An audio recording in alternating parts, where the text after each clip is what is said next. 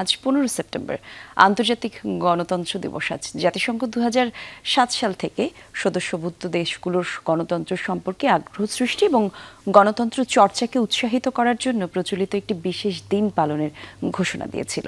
এরপর থেকেই জাতিসংঘের সাধারণ পরিষদের উদ্যোগে প্রতি বছর 15 সেপ্টেম্বর আন্তর্জাতিক গণতন্ত্র দিবস পালিত হয়ে আসছে।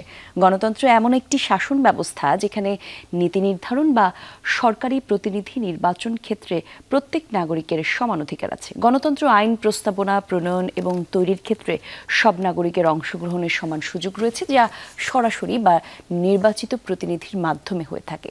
এক কথায় বলতে গেলে গণতন্ত্র অর্থ জনগণের শাসন। আন্তর্জাতিক গণতন্ত্র দিবসের পটভূমি হল 1997 সালে ফ্রান্সের রাজনীতিদের মধ্যে একটা সংলাপের মাধ্যমে পরিচিত inter parliamentary union universal declaration on democracy বলে একটি প্রস্তাবের মাধ্যমে এই জায়গাটি আসে।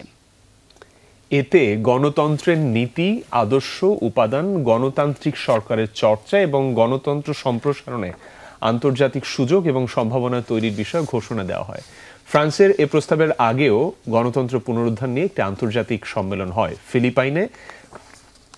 ফার্ডিনান্ড মার্কোসের 20 বছরের স্বৈরশাসনের পতনের মধ্য দিয়ে দেশটিতে গণতন্ত্র ফিরে আসার পর এই সম্মেলন হয়। সম্মেলনটির নাম ছিল the international conference on new and resource democracy. 2006 সালে NICNDR এর 6তম সম্মেলনটি অনুষ্ঠিত হয় কাতারের রাজধানী দোহায়।